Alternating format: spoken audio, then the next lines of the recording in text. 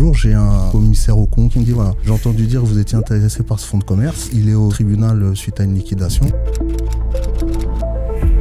Est-ce que vous voulez vous positionner? Là, j'avais 48 heures, j'ai pris le risque et j'y suis allé. Ton investissement, c'est combien? Au global, avec le stock, j'étais à un peu plus de 300 000 euros. Quand j'ai commencé en 2018, le gramme d'or, on pouvait le reprendre à 23 euros. Aujourd'hui, on le reprend entre 85 et 95 euros. Par exemple, sur la téléphonie, dans les tests, on est obligé d'aller très loin. Il y a des téléphones qui sont blacklistés Snapchat. Mais pourquoi? Parce que Snapchat arrive à blacklister les téléphones. Aujourd'hui, le nerf de la guerre dans l'entrepreneuriat, c'est la trésorerie. Ta bonne affaire, tu l'as fait aux achats. Tu l'as fait à l'achat et pas à la vente. Ouais. Parce qu'en fait, le prix, il est lissé. 500 euros la PS5, ouais. Le mec qui achète une PS5, il sait qu'il va pas la payer 1000, quoi. Il sait quoi qu'il arrive, il va la payer moins cher. Samy, bienvenue dans Combien ça gagne. Merci. Trop contente que tu sois là. On a commencé un peu à échanger. Tu vas me raconter toute ton histoire, comment fonctionne tout ton business. Ouais. Et on va tout expliquer. Tu as une expérience quand même depuis un bout de temps de franchisé. Oui. Donc tu es propriétaire de 3 franchises. Oui. Qui sont des franchises du réseau de Cash Converters. Oui, c'est bien ça. Et donc tu vas me raconter comment tu as commencé, comment on devient franchisé, parce que j'ai eu le point de vue de réseau de franchise, mais j'ai pas beaucoup eu le point de vue de franchisé. Oui. Comment on monte sa franchise, etc. Donc cette partie-là, et puis ce que fait Cash Converters, le business, te présenter et tout. Et puis on va évidemment raconter un peu tes chiffres, comment ça fonctionne, l'intérêt peut-être d'être franchisé versus monter un commerce indépendant. Ta première franchise, elle est à Créteil. Oui. C'est là-dessus d'ailleurs on va se concentrer sur celle-ci pour dire un peu les chiffres et le modèle économique. Oui, c'est ça. Le PNL, comme on dit. Tu l'as ouvert quand? En 2018. 2018. Et donc raconte-moi un peu, avant tu faisais rien à voir.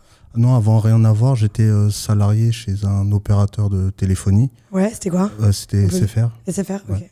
Et j'ai travaillé pendant 17 ans. Je suis passé par le poste de... J'étais alternant au début. Après, je suis passé vendeur, responsable de point de vente. Ok. Et puis chef des ventes sur les dernières années. Donc, donc tu connaissais bien quand même le commerce. Le retail, ouais, le c'est retail. ce qu'on appelle le retail. Du coup, je connaissais bien le commerce, je connaissais le management. J'étais amené à recruter, à suivre des chiffres, à suivre les inventaires. Et j'ai eu des secteurs qui étaient parfois jusqu'à une vingtaine de points de vente. Donc ce qui, dans ma tête, quand je suis parti en tant que franchisé, me disait je peux être multi-franchisé. C'était un peu mon objectif quand je commençais à partir dans la franchise. Tu avais déjà la vision du truc et tu savais, entre guillemets, un peu dans quoi tu t'embarquais. Alors, je pensais savoir dans quoi je m'embarquais et après l'expérience me fait voir que j'ai découvert dans quoi je m'embarquais. Ça, j'ai hâte de savoir. Et attends, juste pour comprendre, tu disais je voulais déjà en ouvrir plusieurs. Tu bossais encore chez SFR quand tu as commencé à regarder pour reprendre une franchise? Non, alors ça s'est fait dans un second temps. C'est-à-dire que je suis SFR, il y a eu un gros plan de départ volontaire à l'époque, donc j'ai fait partie de ce plan de départ volontaire. Et en sortant de chez SFR, j'ai voulu au départ ouvrir une salle de sport. Ok, rien à voir. Ouais, rien à voir. Étant donné que je suis dans l'associatif sur tout ce qui est boxe, sport de combat, je voulais faire quelque chose qui permettait de faire du fitness et aussi des sports de combat. La chance que j'ai eue, c'est que les banques m'ont pas suivi.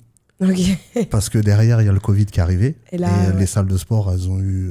ça a été dur. Ça a été très, très dur. Et surtout, t'as un turnover, t'as une rotation qui est beaucoup plus forte que dans le business dans lequel t'es, je pense. Oui, clairement. Et puis, les investissements aussi sont beaucoup plus lourds. Bah ouais, les machines. Dans un truc puis, moins traditionnel de retail, quoi. Ouais, et puis des loyers qui sont beaucoup plus forts aussi, puisque plus de surface. Ouais. Et donc, du coup, j'ai abandonné cette idée-là. Et j'avais un ancien collaborateur de chez SFR qui travaillait, lui, chez Cash Converter, qui avait un point de vente et qui me disait tiens, Samy, viens voir un petit peu comment ça se passe. Je pense que ça peut te plaire. Énorme. Et du coup, j'ai passé un peu de temps avec lui. J'ai vu le commerce, comment ça se passait, que ça rejoignait quand même beaucoup sur la partie vente, ce que je faisais chez SFR. Ouais. Et je me suis dit, pourquoi pas essayer d'ouvrir un point de vente. Et de fil en aiguille, j'avais compris que le magasin de Créteil, à l'époque, fonctionnait plutôt bien. Et donc, j'ai essayé de rentrer en contact avec le franchisé de ce magasin. Ouais. Et qui donnait jamais suite. Et un jour, en fait, j'ai eu un... Parce que toi, tu voulais lui proposer de reprendre? Je voulais lui proposer de reprendre pour Je partais du principe, en fait, pourquoi lui proposer de reprendre. Première chose, c'est je partais pas de zéro, je partais d'un magasin qui existait déjà. Donc, du coup, avec une historique, une base client, et ça me sécurisait un peu plus. Et pourquoi partir avec la franchise? Puisque j'ai toujours été dans un cadre d'entreprise. Oui, j'étais responsable d'un secteur, mais j'avais toujours une direction qui me guidait et puis qui me faisait monter en compétences. Donc, le fait de m'attacher à une franchise, pour moi, c'était un peu comme si j'avais un entre-deux parfait ou une première marche. Ouais, voilà, comme j'avais un peu, j'étais mon patron, mais j'avais un patron qui me guidait, entre guillemets. Ouais. Donc, c'est pour ça que j'ai fait ce choix-là. Et donc, quand je cherchais à rentrer en contact avec ce monsieur-là, il donnait jamais suite. Et un jour, j'ai un commissaire au compte ou quelqu'un comme ça qui me prend contact avec moi, qui me dit, voilà, j'ai entendu dire que vous étiez intéressé par ce fonds de commerce. C'est énorme. Aujourd'hui, il est au tribunal suite à une liquidation. Est-ce que vous voulez vous positionner? Et là, j'avais 48 heures pour me positionner, faire une offre qui devait tenir la route, mais pas trop élevée, pas trop basse. Et en fait, j'ai pris le risque et j'y suis allé. Et c'est moi qui ai remporté l'offre. C'est énorme. Et à partir de là, il y a tout qui se met... J'aimerais bien que tu me racontes l'offre, comment ça se met en place, combien tu as dû mettre et tout. Mais juste avant, est-ce que tu peux m'expliquer Cash Converters, qu'est-ce que c'est? Alors, Cash Converters, c'est une franchise qui est spécialisée dans tout ce qui est occasion, seconde main. On a des familles qui sont la téléphonie, le luxe, la bijouterie, l'informatique, le game. La bijouterie aussi? Oui, la bijouterie, qui a un gros rayon. Mais bijouterie alors bijouterie, on va parler de bijoux en or, on va parler de pierres, on va parler aussi pas connecté quoi, on se parle pas de... Objet connecté, nous ça on va le mettre plus dans le multimédia, dans le rayon téléphonie, souvent. Donc là quand on parle de bijouterie, c'est vraiment des bijoux avec de l'or, des pierres, ça peut être des montres de luxe aussi, et puis toute la partie sac à main, maroquinerie qui fait partie de ce rayon-là. Ok, donc c'est vraiment des multi-produits de seconde main. Ouais, c'est différents rayons qui sont de seconde main. Et la particularité qu'on a, en fait, c'est qu'on achète tous ces produits à 95% à des particuliers. C'est-à-dire que c'est toi qui dois gérer tes achats? Oui. Mais donc ton réseau de particuliers et tout? Oui. C'est ouf. Oui et non. En fait, à partir du moment où tu as un point de vente, naturellement, tu vas avoir un flux client qui va être régulier. Et nous, en fait, la particularité, c'est qu'on a 2 canaux de clientèle. On a nos clients qui viennent vendre et eux, il faut réussir à les choyer, il faut réussir à leur reprendre leurs produits au bon prix, à ce qu'ils comprennent aussi notre démarche pour pas qu'ils aient l'impression d'être lésés. Parce que quand ils viennent pour vendre à un prix, souvent, nous, c'est peut-être le prix auquel on compte le revendre. Donc, il y a toute cette gymnastique-là à faire pour garder cette satisfaction client aux achats. Ouais. Et après, il y a toute la partie revente. Bien sûr, et là, c'est bien présenter les produits, que ce soit clean, que ça donne envie, que ça ait l'air hyper quali. C'est ça. Mais donc, en fait, c'est un fonctionnement de dépôt-vente. Non, pas dépôt-vente. Un dépôt-vente, c'est quelqu'un qui achetez. vient, on achète. Et c'est là aussi le point fort, c'est que le client qui vient vendre, souvent, la différence qu'on va faire avec le Bon Coin ou des choses comme ça, c'est que le client vient vendre, il repart tout de suite avec son argent. C'est-à-dire que le produit nous appartient dès le moment où le client, on a signé l'acte d'achat ensemble. Ouais, donc c'est pas Vinted du monde physique. Non, non, du tout. Ok. Alors ça, j'aimerais que après, on racontera le modèle de, justement, l'équation économique là-dedans. Mais donc, reprenons ton histoire, du coup. Tu vas au tribunal de commerce, tu sais que tu as cette franchise. Oui. Mais alors, donc, c'était déjà un franchisé Cash Converters. C'était déjà un franchisé. Mais ça marchait pas. Mais ça marchait plus. Ok. Et c'est là aussi où on se rend compte qu'en fonction des bonhommes qu'on peut mettre dedans, de la dynamique qu'il peut y avoir, le concept aussi, puisque quand je l'ai récupéré, c'était un magasin, au sol, c'était encore de la moquette. Ah ouais, à l'ancienne. À l'ancienne, je l'ai récupéré. Il y avait des cannes à pêche encore à vendre. Il y avait des skis, la vaisselle, des choses comme ça. Donc, donc pas du tout... tu rentres, ça n'est pas du tout quali, ça fait un peu la foire fouille. Oui, clairement, c'est vraiment, ça fait vraiment dépôt-vente. On se retrouve rien à voir avec ce qu'on peut voir aujourd'hui dans nos magasins. C'est le jour et la nuit, quoi. Ok, donc lui, il l'avait un peu laissé à l'abandon, ou en tout cas gestion trop à l'ancienne et tout.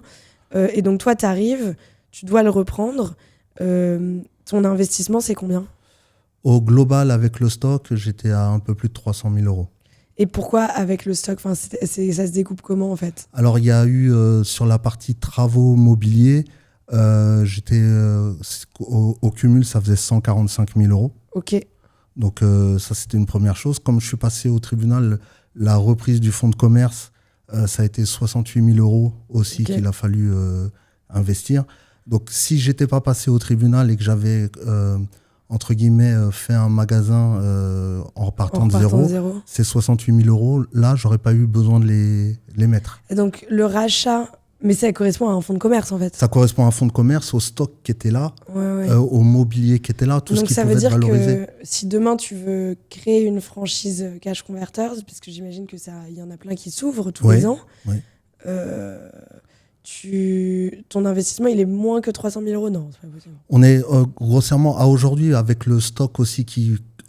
faut savoir que moi, quand j'ai ouvert les téléphones haut de gamme, on était à 300, 400 euros. Ouais, aujourd'hui, les téléphones haut de gamme, on est à 1000 euros, 1500 euros. Ouais. Donc, ça veut dire qu'on a un volume de stock aujourd'hui qui prend beaucoup plus de place que ce qui pouvait se faire à l'époque. Ouais, donc c'est finalement l'un dans l'autre, ton investissement. Demain, je veux devenir franchisé Cash Converters, mon investissement, il est à peu près ce que tu as dit, à peu près 300 000 euros, même si je veux partir de zéro. Oui. On serait là-dedans, ok. Oui, faut compter entre 300 et 500 000 euros en fonction de la superficie du magasin. Et donc là, tu fais des travaux, etc. Et donc celui-là, tu l'as depuis donc 2017, 2018, où tu as ouvert, 2018, c'est ça décembre 2018. 2018, tu as ouvert. Et là, tu as complètement, avant d'aller sur les chiffres, tu as complètement changé tout ce qu'il y avait dedans. Enfin, qu'est-ce que tu as fait? Le magasin, il a été refait du sol au plafond. Ça veut dire qu'il a fallu retirer la moquette. Ça a été laborieux parce que c'était un magasin qui fait 400 mètres carrés de surface de vente. Ça me paraît mais énorme comme surface de vente. À l'époque, là, moi, c'est un magasin qui se retrouve en face. J'avais un Gémeaux. Ouais. J'avais un Besson. Ouais. La halle derrière, donc c'était face à des magasins. Des énormes surfaces. Voilà. Donc, et à l'époque, vu qu'il y avait toutes sortes de rayons, quand on regarde un peu l'historique, ils vendaient potentiellement des scooters, ils vendaient des motocross, ils vendaient un peu tout et n'importe quoi. C'est énorme. C'est parce que c'était le monde de l'occasion, il n'y avait pas de concurrent, il n'y avait pas le Bon Coin qui prenait autant de place, il n'y avait pas toutes ces choses-là. Donc ça veut dire Même 2018, le Bon Coin, ça prenait pas autant, tu crois? Ouais, ça a beaucoup. Je suis d'accord, c'est rentré un peu plus dans les habitudes. Il y a eu l'accélération aussi avec le Covid. Le Covid, t'étais pré-Covid. Moi, j'étais pré-Covid et puis j'ai pris le Covid de plein fouet aussi. C'est ça. Pré-Covid, ça veut dire Covid, quoi. C'est ça. Waouh, ok. Donc, au début, tu démarres. Est-ce que on te dit chez Cash Converters, ok, tu vas avoir... tu vas mettre en gros, genre, si t'es bon, tu mets 1 an à arriver à ton point d'équilibre, à être rentable, à être à zéro. Est-ce que t'avais une petite idée de, en gros, combien il fallait que tu fasses? À quoi ressemble le cahier des charges qu'on te donne? Je sais pas si cahier des charges c'est le terme, mais en gros... Oui, c'est ça, il y a un DIP qui fait... À quoi ça ressemble? Quelles sont les contraintes, entre guillemets, contraintes ou guides un peu qu'on te donne? Règles. Et il faut que tu fasses... quel était le loyer pour combien de chiffre d'affaires? En gros, quand est-ce que tu comptais être à l'équilibre? Alors, il y a plusieurs choses pour moi à prendre en compte quand on est franchisé. La première chose, c'est de bien se rappeler que même si on appartient à une franchise, on reste d'abord son propre patron. Dans le sens où l'entreprise, c'est moi qui l'ai créée, c'est moi qui suis gérant, c'est moi qui porte toutes les responsabilités. Et les risques. Et les risques. Et je signe un contrat avec une franchise qui est là pour me guider, pour m'accompagner, pour me faciliter les choses, pour faire de la communication, pour avoir cette image de marque aussi qui va m'aider beaucoup plus forte, qui va te booster. Exactement. Ouais. Mais quoi qu'il arrive, quand on vient, on fait un business plan, la franchise, elle a ses préconisations. Ouais. Maintenant, en tant qu'entrepreneur, il faut aussi savoir s'entourer. Moi, aujourd'hui, il y avait les préconisations de la franchise, mais derrière, c'est avec l'expert comptable que j'ai construit aussi le business plan pour pouvoir aller en banque. Le fait d'être accompagné d'une franchise, aussi, ça peut permettre, avec des banques qui peuvent être partenaires, de faciliter, parce qu'on n'est plus traité par le service pro classique, on est traité par le service pro qui est lié à la franchise. Ouais. Donc du coup, en fonction des notes et ainsi de suite, ça peut permettre d'accélérer, de faciliter les choses. Ok. Et après, t'as pas de... En fait, eux, ils te disent, voilà les typologies de trucs que tu peux vendre, pas vendre. Voilà un peu à quoi... sur les travaux, j'imagine qu'ils te donnent peut-être un peu des... Oui, alors moi, j'ai vécu 3 cash converteurs différents, entre guillemets. Quand je suis rentré, on était plus dans un cash converter où il y avait beaucoup de magasins et je dirais... Plus le Far West. Ouais, on était assez libre de ce qu'on pouvait faire. Ok. Ensuite, il y a eu un moment où ça a été comment les deux anciens dirigeants qui ont repris la main, qui ont redonné une autre dynamique avec des attentes aussi différentes qui, euh, qui évoluaient, je dirais, avec une vision qui était la leur, qui a fait du bien à certains moments, mais je pense que au vu de la complexité du marché, ouais. de la conjoncture, on est arrivé à une limite assez rapidement. Et là, il y a eu depuis 2024, du coup, la reprise après, entre guillemets, la chute de Cash Converter, la reprise de la part d'Ahmed Chayeb. Il y a un gros rebranding aussi, non? Enfin là, on est sur quelque chose On se raconte une autre histoire. on se raconte vraiment une autre histoire. Et moi qui suis de chez SFR, j'ai plus l'impression de vivre une histoire comme chez SFR avec une équipe de direction qui est dynamique, qui sait de quoi ils parlent. Ils sont sur le terrain, même si les anciens aussi étaient sur le terrain. Mais là, on sent que on a une nouvelle direction qui s'est entourée, qui cherche à s'entourer pour faire en sorte de donner les moyens à la franchise de repartir, de redorer un peu l'image. Là, je vois, quand il y a une ouverture qui a eu lieu ce week-end, quand je vois les vidéos sur les réseaux, enfin, je suis pressé de changer mon magasin et de me dire je veux partir sur ce nouveau concept. Parce que même si mon concept, il a 7 ans... Mais parce que toi, ton concept, c'est pas le concept du rebranding, c'est ça? Pas encore. Et le nouveau concept, juste pour comprendre en 2 secondes, c'est quoi? En fait, c'est d'autres produits ou non? On réduit les familles. Oui, c'est ça. Voilà, ok, donc il y a un truc là-dedans. Voilà. Et c'est pas que du multimédia Non, c'est pas que du multimédia. On réduit les familles, on met beaucoup plus en valeur. On essaie de créer des univers, des endroits qui vont être plus chaleureux où que ce soit monsieur, madame ou les enfants qui viennent en magasin, tout le monde peut s'identifier, trouver... Mais c'est quoi ce qu'on vend et ce qu'on vend pas? Par exemple, moi dans mon magasin, aujourd'hui, je fais encore de l'outillage. Ok. Demain, c'est quelque chose que je ferai plus. Par contre, faire du jouet, pour certaines marques de jouets, faire du petit électroménager, mais vraiment des choses qui sont disponibles tout le temps, du gros électroménager, mais mis en valeur de manière à ce que ça paraisse beaucoup plus neuf. Aujourd'hui, tu viens dans mon magasin, je fais tout ça, mais on est dans du cash converter de l'époque. Ouais, ça pourrait... C'est quali, mais ça pourrait l'être encore plus, quoi. Ben, quand je vois les nouveaux, je me dis, c'est pas quali.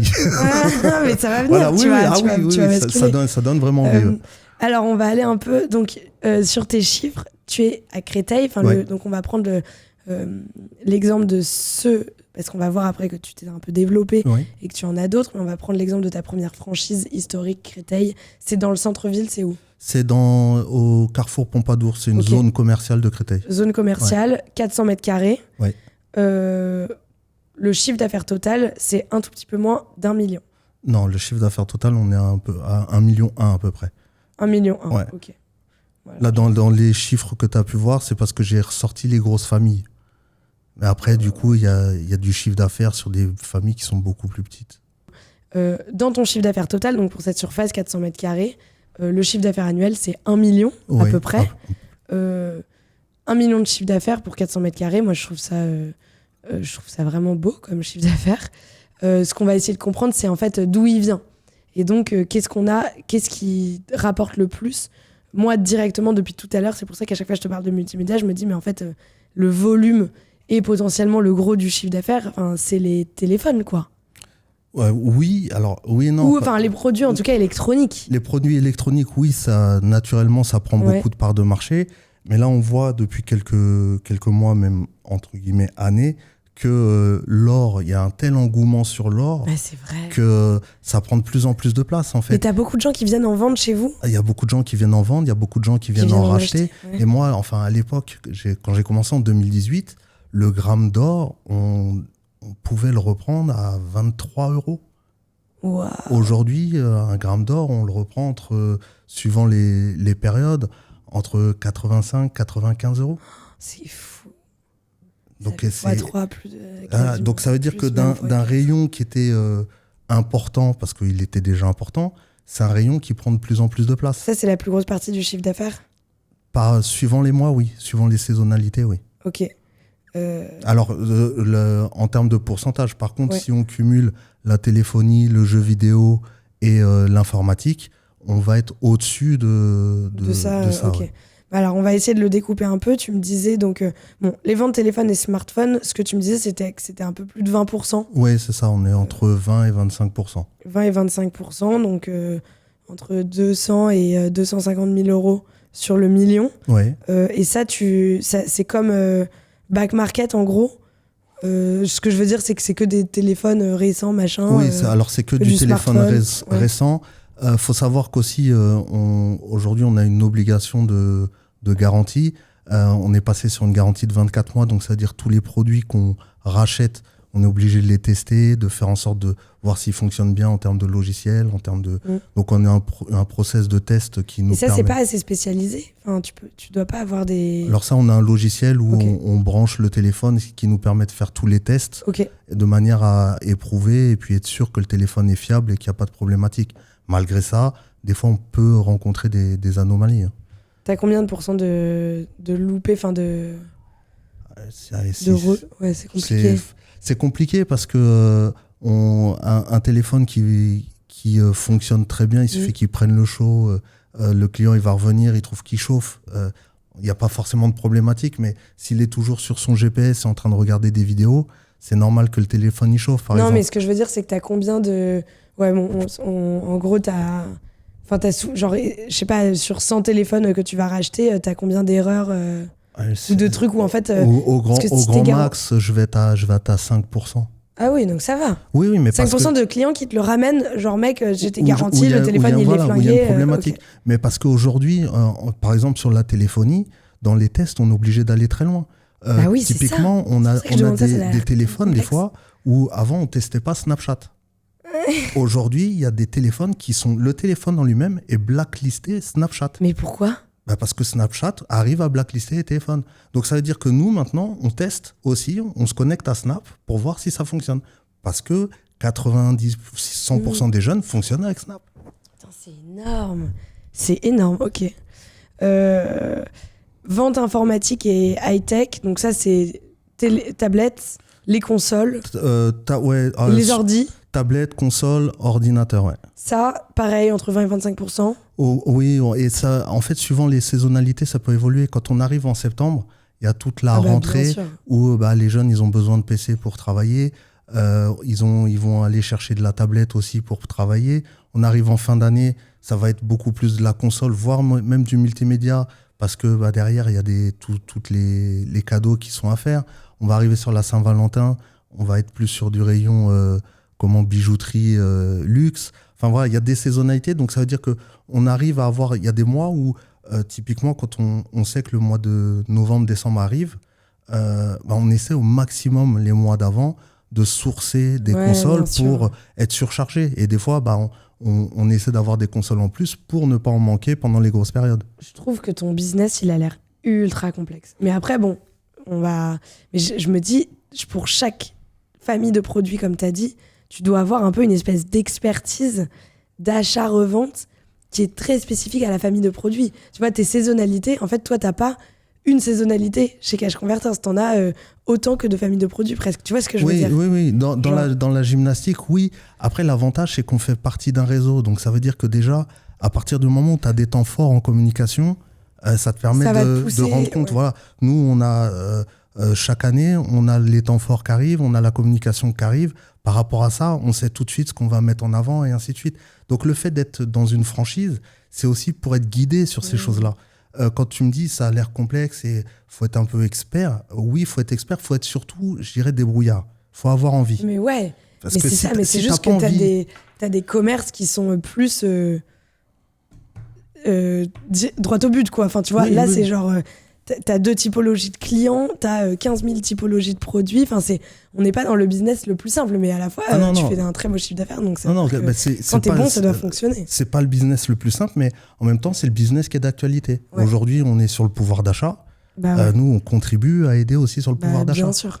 Parce que c'est notre commerce. Je suis d'accord, je trouve ça hyper intéressant. Et puis en plus, j'ai l'impression que c'est une marque qui grossit, que ça se développe et tout. Donc ça veut dire que ça marche et qu'il y a un vrai besoin, une vraie demande pour ce type de commerce, quoi. Donc voilà. Tu me disais que Bon, l'électroménager, c'était moins de 5% du chiffre d'affaires. À aujourd'hui, après, je sais que c'est quelque chose qu'on doit faire évoluer. Aujourd'hui, moi, mon modèle, parce que mes chiffres reflètent mon magasin. Ouais, mais bien sûr, mais de toute façon, on est là pour parler de ton magasin, pas du modèle. Et dans ma problématique, moi, que je rencontre, c'est que il faudrait que je fasse grossir mon stock pour déplafonner encore plus mon chiffre d'affaires. En gros, il y a de la demande, mais t'as pas assez de stock. En fait, il y a de la demande, mais et moi, aujourd'hui, le nerf de la guerre dans l'entrepreneuriat, c'est la trésorerie. Ça veut dire que plus je vais avoir de trésorerie que je vais pouvoir réinjecter, plus je vais avoir un stock qui va augmenter, plus mon stock il augmente. Donc c'est pas que tu as un problème de sourcer du stock, c'est un problème, c'est que tu n'as pas assez de quoi voir venir pour l'acheter. Alors si, j'achète tout le temps, mais par exemple sur la téléphonie, je sais qu'aujourd'hui on a les achats au comptoir et puis on a la centrale d'achat et les brokers. Les brokers, c'est aussi des fournisseurs qui rachètent des téléphones ou des ordinateurs, par exemple en lot, qui sont garantis, qui sont testés, mais ça te permet du jour au lendemain d'avoir 10 téléphones, 20 téléphones qui rentrent. Si j'avais de la trésor supplémentaire pour gérer ce genre de choses-là, je sais que mon chiffre d'affaires évoluerait encore plus. Et puis, alors là, donc le luxe, on en a parlé au tout début. On parlait des bijoux. Tu m'as aussi évoqué montres, maroquinerie. Oui. Et ça, tu dis que c'est 40% de ton chiffre d'affaires. C'est plus de 400 000 euros par an. Ouais. Mais c'est fou. C'est fou et je pense que ça va prendre de plus en plus de place. Mais donc, parce que en fait, tu te dis, dans un magasin comme ça, tu vas pas acheter au même endroit une montre et genre une montre de luxe ou de l'or et un iPhone. Tu vois ce que je veux dire? C'est ce que toi tu te dis. Exactement. Oui, mais quand je dis oui, moi c'est ce que je me dis. Et pourtant, du coup, ça m'étonne vachement. Mais en fait, aujourd'hui, Cash Converter, c'est une marque qui est historique. Oui, ça par contre, ça je sais. Et on se rend compte qu'on a encore des clients qui rentrent en magasin et qui découvrent ce qu'on fait. C'est ouf. Et donc du coup, naturellement, quand on vient... aujourd'hui, quelqu'un qui vient me vendre un téléphone, mon objectif, c'est de lui racheter son téléphone et de lui proposer un téléphone plus haut de gamme à côté. Mais en parallèle, pendant que je vais lui racheter son téléphone, on va l'inviter à faire un tour dans le magasin. Il va se rendre compte qu'on a des bijoux. Il va se rendre compte qu'on a de la maroquinerie. Ouais. Il va se rendre compte qu'on fait des télés. Et ça, donc c'est une grosse part du chiffre d'affaires. Est-ce que c'est parce que c'est des plus gros montants, des plus gros paniers moyens aux produits? Alors oui, les paniers moyens sont importants, mais c'est surtout... Tu vends des montres à plusieurs milliers d'euros? Alors moi, sur mon magasin, j'ai pas forcément la clientèle. Je vais avoir des montres des fois qui vont être à 1500, 2000 euros. Mais quand même. Mais c'est exceptionnel. Okay. Sinon, dès que j'arrive sur les 700, 800 euros, j'ai pas forcément la clientèle qui est demandeur sur ces produits-là. Et en moyenne, ça va être quoi? Ça va être des trucs à 100, 200 ou ouais, en dessous. C'est plutôt des tout petits prix, genre... Non, sur des montres, on est plus sur 150 euros, je dirais. Okay. Et encore une fois, on va avoir de la montre à 150 euros et tout comme je vais avoir de la montre la Swatch, qui va partir à 40 ou 50 euros. Okay. Et la maroquinerie? Et la maroquinerie, on va être sur des... C'est pas que du luxe ou de la marque. C'est pas que du luxe ou de la marque. Aujourd'hui, quand tu as un sac Guess, sac Guess, ça s'achète et ça se revend. Ah bah bien sûr. Voilà, on va avoir du Louis Vuitton, c'est des choses on est en mesure d'acheter, de revendre. Après, c'est des produits où on les fait expertiser aussi à distance pour être sûr qu'on achète du vrai. Parce que c'est la contrefaçon, à la fois même dans la téléphonie, on a des fois de faux iPhones qui arrivent. Et ça, s'ils te les vendent en batch et tout. Ils arrivent, si tu l'ouvres pas, tu testes pas, tu le sais pas. Et des fois, c'est juste un numéro de série que tu tapes sur une application, ça te permet de voir si c'est un vrai ou pas. Si tu le fais pas, tu passes à côté et puis un jour, tu te rends compte que tu as vendu un faux iPhone. Ouais, c'est terrible. Donc tout ça, ça nous arrive à peu près 1 million de chiffre d'affaires. Ouais, un peu plus d'1 million. Tu as des mois qui sont, même si chaque famille de produits a sa saisonnalité, tu vas avoir des mois où tu fais le double, enfin ton meilleur mois, tu fais le double de ton pire mois, ou non, t'as quand même du passage toute l'année? Non, j'ai du passage toute l'année. Après, oui, on va avoir... c'est rentrée, Noël, le printemps. Rentrée, Noël, printemps, on a des périodes, et encore une fois, des fois, on va avoir des périodes creuses, l'année d'après, ça va pas être pareil. Ouais, ok. Donc, c'est là où... Et quand t'es dans une zone commerciale aussi, t'as quand même du passage tout le temps. Enfin, j'imagine que c'est plus lissé. Il y a du passage tout le temps, mais typiquement, dès qu'il fait chaud, nous, on est en extérieur, les gens ils vont tous en Sandco. Donc il pleut fort, tout est un peu, on dirait la météo elle va jouer. Donc c'est pour ça que ce qui est important, c'est de toujours garder le cap Pourquoi ? Parce que des fois, ta journée, elle va être complètement morte jusqu'à 17h et tu vas faire ton chiffre d'affaires entre 17 et 19h. C'est énorme. Moi, par exemple, des fois, j'ai des samedis qui sont pas bons. Mais le dimanche, on est ouvert tous les dimanches, je fais des journées exceptionnelles. T'es ouvert tous les jours. Tous les jours ? Ouais. Donc ça veut dire que... Attends, je vais faire un petit calcul. Tous les jours de l'année ? Tous les jours, sauf les jours fériés, le 25, le 1er et la fête du travail. Il y a 10 jours fériés dans l'année ? Oui, il y en a certains sur lesquels on peut travailler. Donc ça veut dire que par jour, tu dois faire 2800 €. Oui. C'est ça ? En moyenne, ouais. Ça, c'est ton objectif par jour ? Enfin, est-ce que tu as un objectif par jour ? Moi, j'ai un objectif mensuel. Qui est, voilà, généralement, on le plafonne à 95 000. Ok. Et puis après, on le déduit aux vendeurs pour justement animer les vendeurs. 1 million de chiffre d'affaires, on va aller sur tes charges variables, c'est-à-dire l'achat du stock, du produit, de la matière première. Les charges variables, tu m'as dit que sur à peu près 1 million de chiffres, c'était en gros 650 000 € Ouais, que j'achète de stock. Que tu achètes de stock. Ouais. Là-dessus, qu'est-ce que tu peux nous expliquer ? C'est-à-dire que moi, j'aimerais comprendre comment est-ce que tu vas fixer ce que tu rachètes ?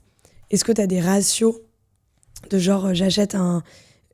Essaye de m'expliquer la mécanique. J'ai un iPhone, je l'achète 1, il faut que je le vende 1.2, enfin X points au-dessus. Alors, comment ça fonctionne et surtout comment du coup tu gères cette partie achat d'un point de vue, oui, en effet, trésorerie, quoi. Alors, déjà, ce qu'il faut partir du principe sur des métiers comme les nôtres, c'est que les achats, tu essaies d'acheter tout le temps. C'est-à-dire qu'il y a des produits sur lesquels, même si tu en as plein en vitrine, tu sais, enfin, je te dis une bêtise, de la PS5, tu peux avoir la vitrine qui est pleine, tu continues d'en acheter quand même. Pourquoi ? Parce que des fois, en 2 jours, 3 jours, tu vas te retrouver avec des gens qui viennent t'acheter une PS5 et tu te retrouves avec une vitrine vide. Il n'y a rien de pire. Donc, dépendamment du produit, tu dois te stocker. Tu dois te stocker. Aussi un truc qu'on m'a dit récemment, ici d'ailleurs, sur combien ça gagne, une invitée Pépita que j'embrasse qui fait de la vente de sacs de luxe. Ouais. Exactement. Elle m'a dit, ta bonne affaire, tu l'as fait aux achats. Tu l'as fait à l'achat et pas à la vente. Ouais. Parce qu'en fait, le prix, il est lissé. C'est-à-dire que toi, ta PS5, ça coûte combien de PS5 ? J'en ai pas la moindre idée. Aujourd'hui, on les vend grossièrement 500 €. 500 € la PS5. Ouais. Et le mec qui achète une PS5, il sait que en gros, il va pas la payer 1000, quoi, sa PS5 d'occasion. Il sait quoi qu'il arrive, il va la payer moins cher. Donc c'est plutôt toi, t'essayes de faire des bonnes affaires tout le temps à l'achat, quoi. En gros, c'est ça. Alors t'essaies de faire les bonnes affaires, et après, des fois, tu t'adaptes. Quand tu sens que tu as un stock qui est tendu, tu as besoin du produit, tu vas être prêt aussi baisser ta marge. Voilà, il y a un moment où en fait, c'est tout cet équilibre-là qui fait que sur des métiers comme ça, on a besoin d'être présent ou de avoir des équipes qui captent vite. Mais t'as pas un point de bascule. Enfin, et c'est quoi le point de bascule ? Faisons peut-être vite fait par typologie, par famille de produits, mais en gros, par exemple, le téléphone, toi, il faut que ta marge brute, elle soit à combien sur un téléphone, par exemple ? Ça va varier en fonction un gros téléphone. Typiquement, je sais que ma marge, elle va être très faible.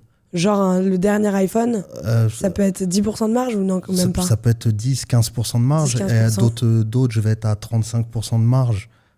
Parce que je vais bien l'acheter. Ouais. Mais c'est en fait, plus le produit est cher, c'est pas là où on va faire le plus de marge. Bien sûr, ça c'est la logique. Et plus le produit est demandé, c'est pareil. Donc en gros, en moyenne, sur les achats de stock, ça te coûte 70% du chiffre d'affaires.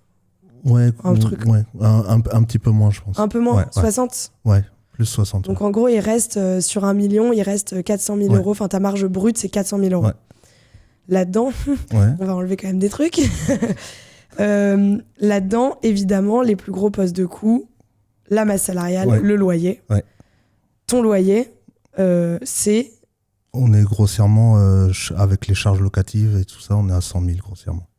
Ok, annuel. Donc on est à exactement 10%. Ouais, un petit peu moins de 10%. Tu as des ratios, tu sais que tu es dans les clous ? Oui, je suis dans les clous. Donc toi, ton loyer, c'est à peu près 100 000 €. Ouais. Et ensuite, cette masse salariale, c'est combien ? On est au global, on est à 14%. 14% entre la masse salariale et les charges. Quoi, 120, 130 000 €, un truc comme ça. Et ça, c'est pour combien de personnes ?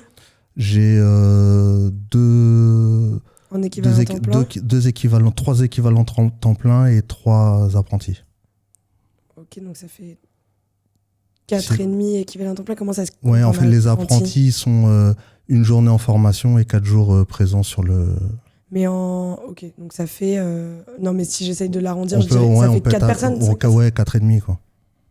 Ok. Et donc ça, c'est des salaires. Ça veut dire que eux, ils vont gagner entre eux, les plus élevés, s'ils vont gagner 1 800. Ouais, sur le plus élevé, il est à un peu plus de 2000. Donc attends, donc on a à peu près 100 000 euros. Enfin, on a 100 000 euros de loyer. On a à peu près, tu m'as dit 140, 140, ouais. 140, donc on est à 240. On se souvient que notre marge brute, c'était 400. Ouais. Donc là, il va nous rester 160, si je sais encore compter, 160 000 euros. Et là-dedans, on a quand même tout un tas de trucs que nous n'avons pas payés. Notamment, t'as des histoires... Bon, alors on va faire la redevance de franchise en dernier. Ouais. T'as l'énergie, des frais de fonctionnement du type, je sais pas, expert comptable, les assurances... des charges de l'entretien, des trucs comme ça, un peu de frais de machines de paiement, comment ça s'appelle, de TPE, des trucs peut-être des logiciels ou des machins. Ouais. Si on essaye de mettre tout ça ensemble, c'est quoi? C'est genre 50 000 euros, plus, moins? Ouais, grossièrement, on est sur 40 000 euros. 40 000 euros. Ouais. Donc là, on est passé de 140 de charges là-dessus à 180. Ok, donc il nous reste 120 000 euros de marge opérationnelle, marge nette, enfin marge opérationnelle. J'ai oublié des trucs. L'énergie, ça coûte combien? L'énergie, on est à 7 000 euros. En gros, c'est 700, 600 euros par mois, quoi. Ouais, ça a augmenté de ouf. Ça a augmenté. Et puis après, en fait, la clim, tu fais attention à comment tu la mets. Le chauffage, tu fais attention à comment tu le mets. Enfin, c'est... Et ensuite, on va aller sur la redevance. Oui. Donc, explique-moi comment fonctionne la redevance chez Cash Converters. Alors, la redevance chez Cash Converters, elle est, pour ma part, j'ai un ancien contrat. Ouais. Donc, ça veut dire qu'elle est décomposée en 3 points. Ouais. Il y a le premier point, c'est 1,5% du chiffre d'affaires qu'on paye pour aller... c'est de la cotisation et de la communication, en fait, pour l'enseigne. Ouais, ça, c'est le marketing. Ça, tous les franchiseurs le font. Et après, moi, j'ai... ma redevance de base qui est à 1 600 euros hors taxe, plus le logiciel aussi qu'on paye. Donc, alors, la redevance de base... Ça veut dire que moi, comme j'ai un magasin de standard, ma redevance, elle est à 1 600 euros hors taxe. Ah, ok. Donc, c'est pas vraiment... En fait, c'est pas un pourcentage pour toute la redevance. Alors ça, moi, c'est parce que je suis un des premiers, entre guillemets, c'est les anciens contrats. Je sais qu'après, les anciens dirigeants, ils avaient fait un nouveau contrat où il y avait un pourcentage global qui représentait, enfin qui regroupait pas mal de choses. Et je pense qu'aujourd'hui, ça a dû évoluer aussi dans ce sens-là. Mais moi, j'ai un contrat qui dure encore 2 ans. C'est vrai, je me suis pas encore penché sur... Et tu m'as dit c'est hors taxe? Ouais, hors taxe. Ouais, ok. Grossièrement, ça fait avec le loger, on est à 2 000 euros hors taxe. Ouais. Au total, tu veux dire? 2 000 euros hors taxe plus le pourcentage de 1,5. Ok, 2 000 euros hors taxe. Donc, tu es à 24 000 de fixe annuel, plus 15 000. 15 000, oui, c'est ça. Ouais. C'est à peu près ça. C'est marrant, je savais pas que ça existait des redevances fixes comme ça. Donc, tu es à 40 000 euros annuels de redevance. Ouais. Plus, tu m'as dit le logiciel, ça c'est quoi? Le logiciel, ça fait partie, quand je te dis 2 000 Ah oui, quand euros, tu m'as arrondi le 2 000, ok. Donc ça, c'est 40 000 euros à peu près à l'année que tu reverses sur un chiffre d'affaires de 1 million. Ouais. Donc, ce serait un petit peu moins ou un petit peu plus si ton chiffre d'affaires était un petit peu moins, un petit peu plus élevé, juste pour comprendre la logique. Très bien. Alors, donc, on a rajouté, je crois que dans mon calcul, si je me souviens bien, il me restait 120 000 de résultats. Ouais. Et donc là, ça veut dire qu'il va me rester 80 000. Ouais. Est-ce qu'on a tout compté dans les charges à peu près, tu penses? Est-ce que 80 000 de résultats, ça correspond à ta réalité? Après, quand on déduit après ma part de rémunération... Ouais. Mais ouais. oui, on arrive dans des chiffres qui sont... Et 80 000, toi, t'arrives à te... Donc toi, tu te sors... Tu en as 3, on va l'expliquer maintenant. Et t'arrives à te payer combien, toi, maintenant, et combien versus au début? Parce qu'au début, j'imagine que tu dois faire un peu l'effort. Alors, au début, moi, j'étais demandeur d'emploi, puisque je sortais d'un plan de départ volontaire. Et donc, ça veut dire que pendant 18 mois, j'avais mon T'avais ton chômage. chômage. Et donc ça, t'as eu le luxe de ne pas avoir à te payer, ce qui est exceptionnel. Ouais, c'est ça. Et après, j'ai commencé à me payer de 1500 euros. Ouais, donc comme, net, comme les vendeurs, comme les commerçants. 1500 euros net. Et aujourd'hui, je passe sur de la refacturation liée au fait d'avoir au 3, où je refacture à la société 3300 euros par mois. Ouais, donc c'est bien. T'arrives quand même, t'as bien réussi à bien t'augmenter et à réussir à te sortir ça tout en gardant. Parce que là, du coup, ça veut dire quoi? Que tu prends, on va dire, 1003 par mois de cette boîte-là. 3300 par mois. Oui, mais sur les 3. Donc si on prend l'exemple de celui-là. Ouais. Ah, sur celui-là, tu prends 3000. Oui, 3000. Ah ouais, c'est ouf, ok. C'est beau. Hein. Et puis après, c'est pareil quand on est chef d'entreprise, entre guillemets, on vit différemment. C'est-à-dire que aujourd'hui, j'ai un véhicule de fonction. Oui, tu mets beaucoup plus de charges. Tu mets beaucoup plus de charges. Tu peux réussir à profiter dans le cadre de tes fonctions un peu plus facilement. Et donc, du coup, voilà.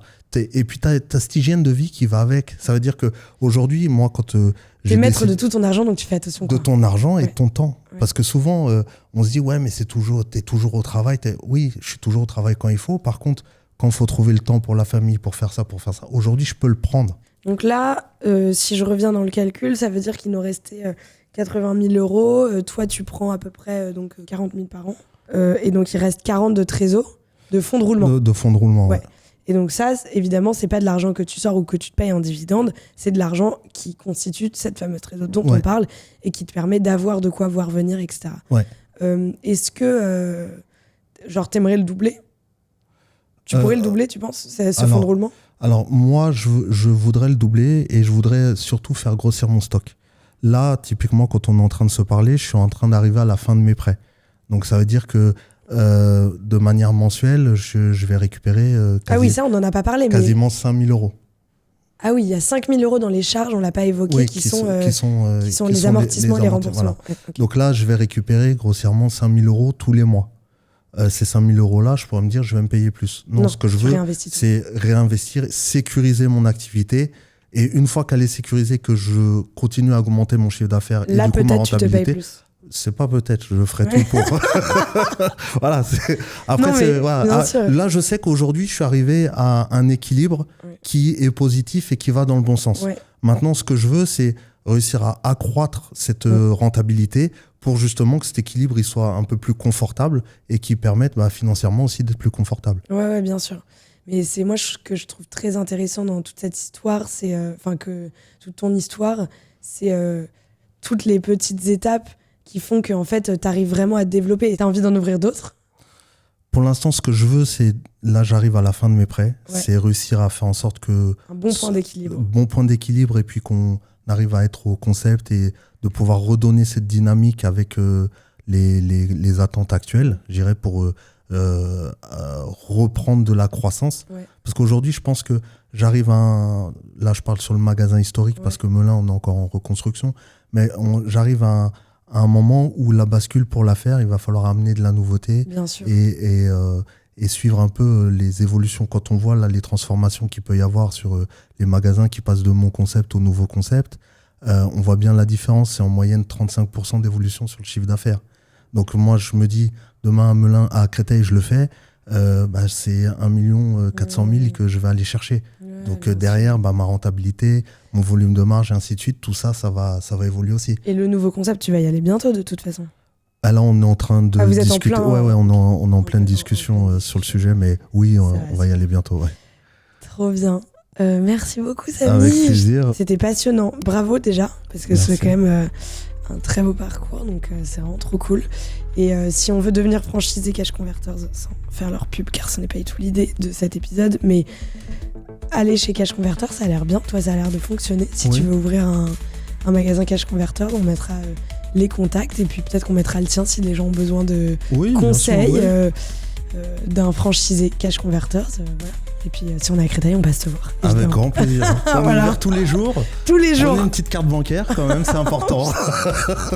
Et prenez des iPhones aussi que vous avez trouvés dans le tiroir de chez vous. Vous allez repartir. Oui, tu vas voir, c'est eux qui vont donner de l'argent à la fin. Et puis vous repartez avec votre argent tout de suite. C'est important. Ah oui, bien sûr. Donc, c'est le stock. Merci, Samy. À la prochaine. Et puis, si vous êtes nouveau sur Conversacan, abonnez-vous. Merci à toi. À plus. Salut. Ciao.